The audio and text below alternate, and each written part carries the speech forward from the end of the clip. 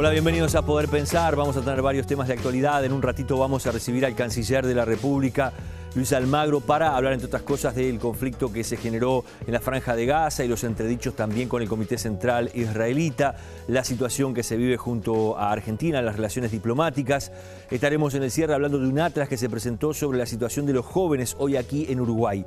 Pero comenzamos con un informe especial que le elaboramos sobre la situación que se vive cuando se separa una pareja en Uruguay. Desde hace un año y pico ya se creó una asociación de padres que aseguran que han sido discriminados de alguna forma por la justicia de familia, dándole preferencia, en este caso, a las madres y no a los padres, que muchas veces dejan de ver a sus hijos durante varios años. Vemos ese informe especial.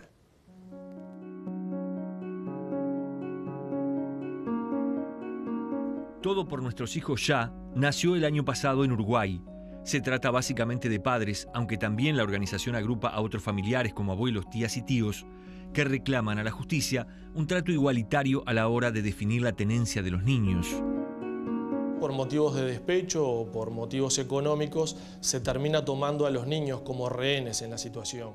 Entonces se acude a un juzgado de familia, el padre pretende mantener un vínculo determinado con su hijo, y los juzgados de familia, por determinadas situaciones, por un tema cultural, porque creen que de repente el hombre lo único que puede aportar después de la separación es una cuestión de dinero, como si fuera un cajero automático en función de la disponibilidad que tiene, lo retira y lo aparta de la vida de sus hijos.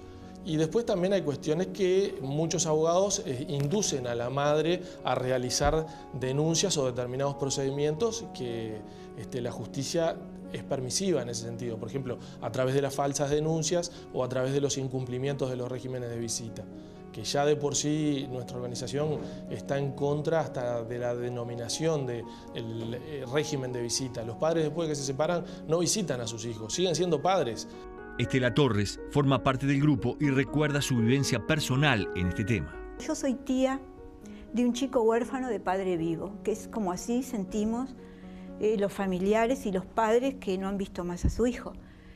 Porque claro, detrás del secuestro, que es físico y es emocional, llega un momento que realmente es un duelo, porque es prácticamente como que si se muriera el hijo, no lo ve más. El niño muere como persona frente a su padre y el padre frente a su hijo. No se vieron nunca más.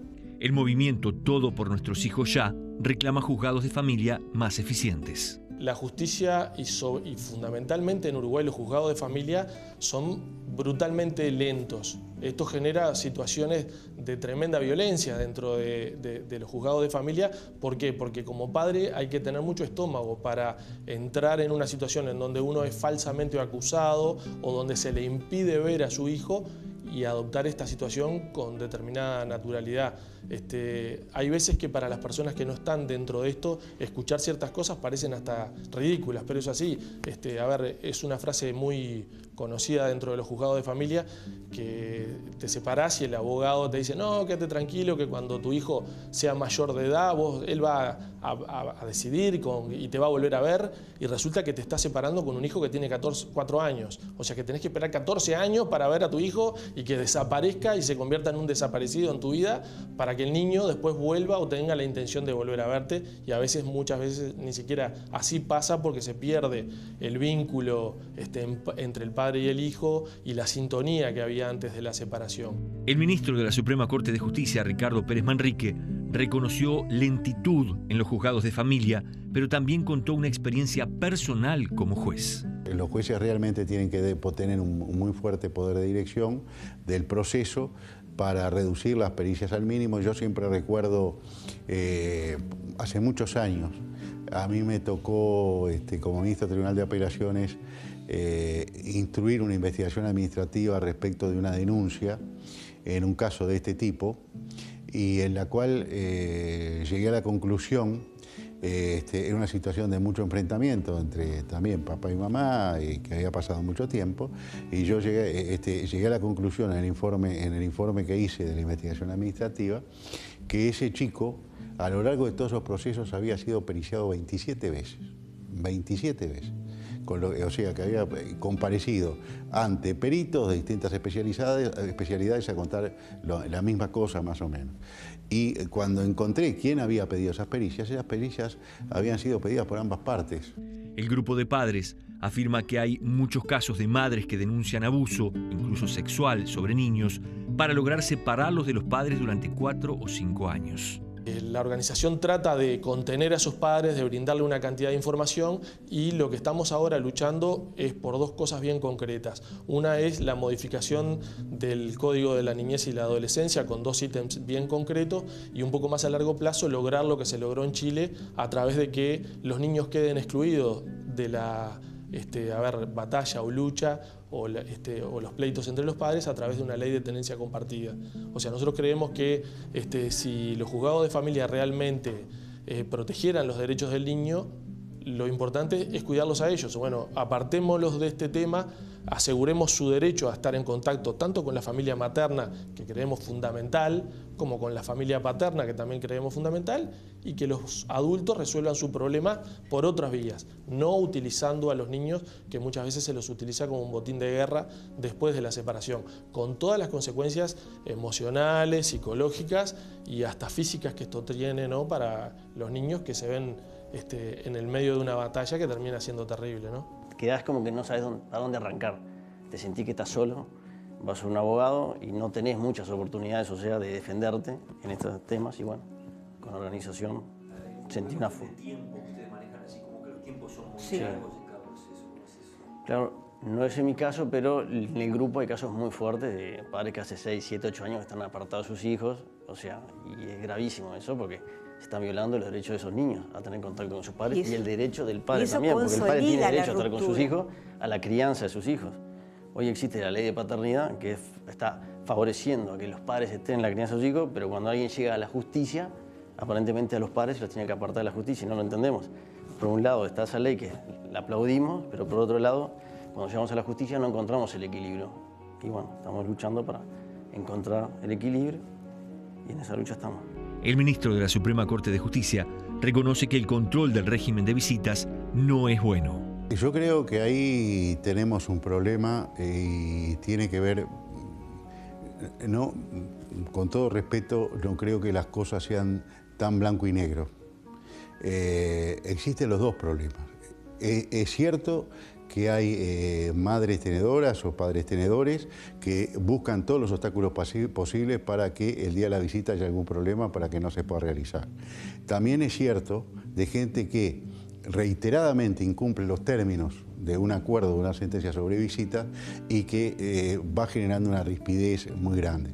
Lo que se quiso hacer oportunamente cuando se aprobó el Código de la Niñez y Adolescencia, con juzgados que estuvieran de turno aún los días feriados y a todas las horas para solucionar estos temas, que fue una buena intención del Código de la Niñez y Adolescencia, lamentablemente no ha dado el resultado esperado. Entonces, habría que, sí, yo creo que es un desafío pensar de qué forma podemos actuar rápidamente sobre el hecho, de manera de que estas situaciones realmente no sucedan. O si suceden que se acomode la situación, aunque sea provisoriamente, para después ver realmente qué pasó sobre el fondo, ¿no? Estela señala que la lucha de su sobrino por ver a su hijo lleva años, donde perdió todo contacto con el niño. En lugar de recibir en esa audiencia respuesta a lo que el padre planteaba, que era pedir un régimen, control médico, psicológico, psiquiátrico del niño, que además era un tesoro de niño, que tenía una relación afectiva con su padre y con toda la familia extendida, maravillosa. Bueno, lo apartan y el niño empieza a transformarse en algo que es, como yo decía muchas veces, es como una estatua de mármol, que no veías, más que una mirada como de pedido de auxilio, pero en las facciones absolutamente nada, el niño no podía expresar nada, y yo era la persona que más lo veía, porque iba al colegio a verlo. Unos minutos, pero nunca lograba establecer un diálogo que siempre había sido muy fluido.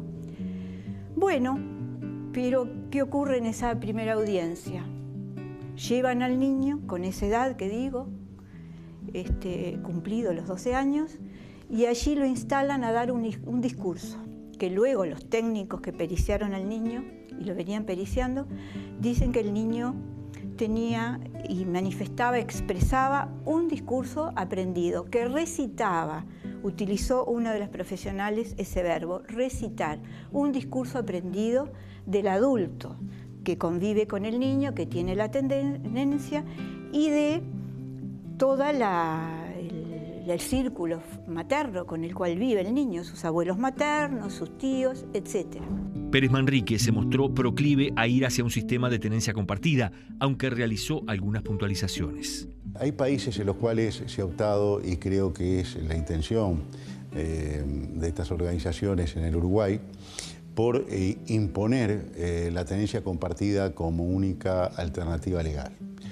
A mí me parece que es decir, la tenencia compartida tiene que ser un recurso que esté en el menú de decisiones que se pueden tomar, es decir, porque mismo la tenencia compartida reconoce lo que se llama fórmulas que no son propiamente tenencia compartida, sino son tenencias alternadas, en que los tiempos están divididos de la manera más igualitaria posible, sin perjuicio de que el niño tiene una casa y una sola casa y un solo relacionamiento desde el punto de vista hogareño. Pero me parece que es un recurso importante. Lamentablemente este tema, yo diría que en la doctrina tradicional del derecho uruguayo no ha tenido buena prensa, por razones a veces bastante inentendibles, pero lo que es personal yo lo he dicho por escrito inclusive, que me parece un muy buen recurso. Y como una opción más de otras, digamos. Como una opción más de otras, opción. Exactamente, y no obligatoriamente. El próximo 18 de agosto, la agrupación de padres concurrirá a la explanada de la Suprema Corte de Justicia para simbólicamente entregar los juguetes que no pudieron darle a sus hijos en el Día del Niño.